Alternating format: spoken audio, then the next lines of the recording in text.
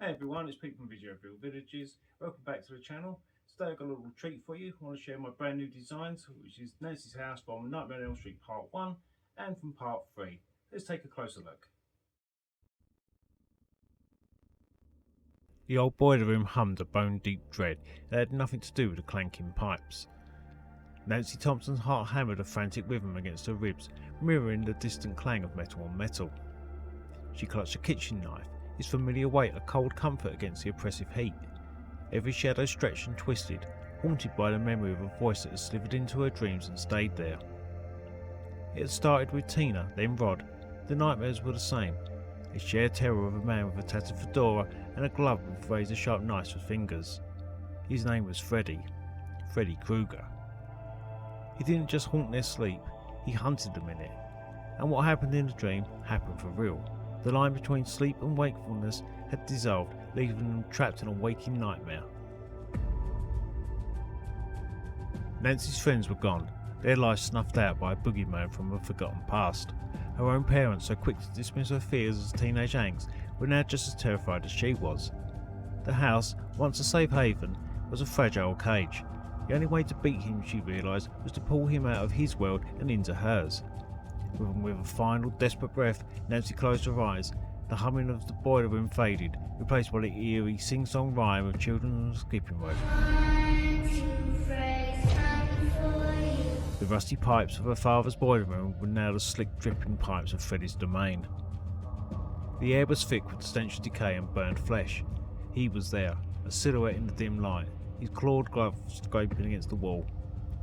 Now, I'm sure it's not much of a spoiler as the film turned 40 years old last year, but the house holds importance in the place where Nancy first defeated Freddy. It is now a recurring location in the nightmares of other characters such as Kristen Parker, who comes to see it as Freddy's home in A Nightmare on Elm Street 3, Dream Warriors. So there are two versions of the 1428 Elm Street.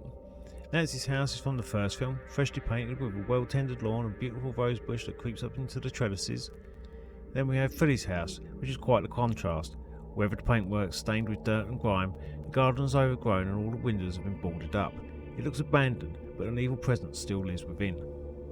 Both versions of the house can be lit by either a USB power cord included, or by using a Lemax power adapter if you wish to include this house on your trick-or-treat lane, and I've created these in a similar scale to both Lemax and Department 56 houses for this reason too.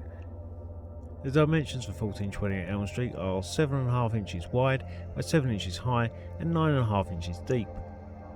Nancy's house is illuminated by a pale white light, creating a misty grey haze when peering through the windows. This is reminiscent of classic 80s horror movies when a hero is being shown in a dream state, and once the building is lit, the dream demon emerges into view. Freddy, or the Springwood Slasher as he was once known as, is barely visible with the power off, thanks to the use of tinted acrylic windows, but with the lights on, and that's how I slept the night after I watched Elm Street many years ago as a child, you can see the highly detailed painted figure created in an internal scene with Freddy in his iconic red and green striped sweater, wearing his tattered fedora hat and infamous bladed glove. The house from Dream Warriors has a very different vibe.